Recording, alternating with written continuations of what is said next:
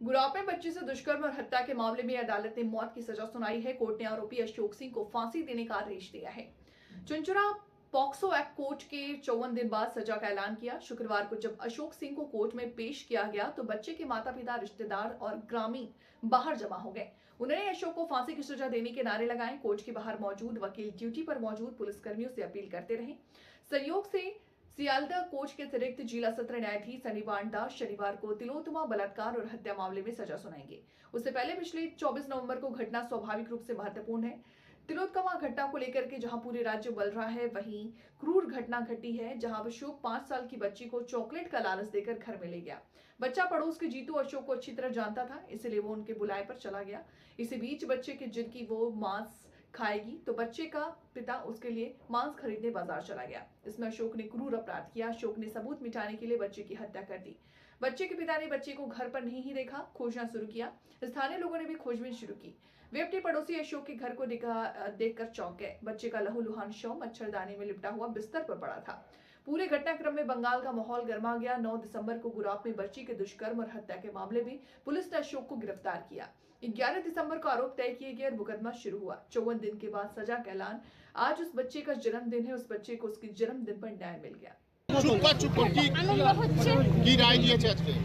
ফাঁসি মৃত্যুদণ্ড।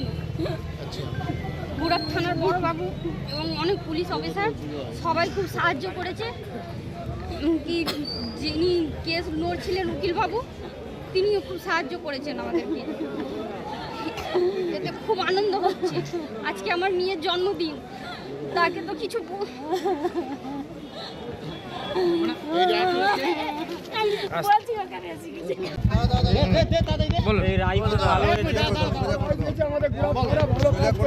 ঐতিহাসিক রায় হয়েছে। আমি চাই যাতে হাইকোর্টে গিয়ে অযথা দেরি না করে ওকে তাড়াতাড়ি ফাঁসি দেওয়া হয়, আর যেন ট্রায়াল না করা হয়, যত তাড়াতাড়ি সম্ভব ওর ফাঁসি যেন হয়। তাহলে আমার মেয়ের আত্মা, আমাদের আত্মা, সবারই আত্মা শান্তি পাবে।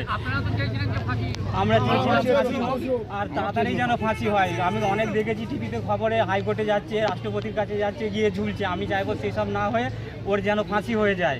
আর হুগলি পুলিশ প্রশাসন, আমাদের সরকারি পিপি, আমাদের এলাকার পার্টির লোকেরা, সমস্ত পার্টির লোকেরাই, সব মানুষ আমাকে খুব, আমার গ্রামবাসী খুবই সাহায্য করেছে। আপনারাও সবাই সাংবাদিক আমাদের পাশে থেকেছেন। আর আমার উকিল সরকারি 55 দিনের মাথায় এই রায়, কি বলবেন? বলবো তাড়াতাড়ি হয়েছে, পুলিশ প্রশাসন খুবই ভালো করেছে। আর মহামান্য আদালতকেও আমি ধন্যবাদ জানাবো।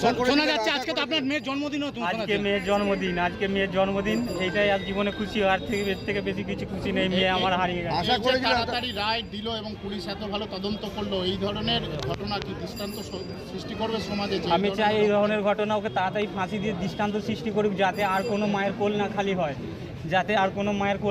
আমি এটাই চাইবো প্রশাসনের কাছে, যাতে এইসব করার আগে আরও 5 জন ভাবে, মেয়েরা যাতে সমাজে সুরক্ষিত থাকে। আমার মেয়ে তো আর আসবে না, আরও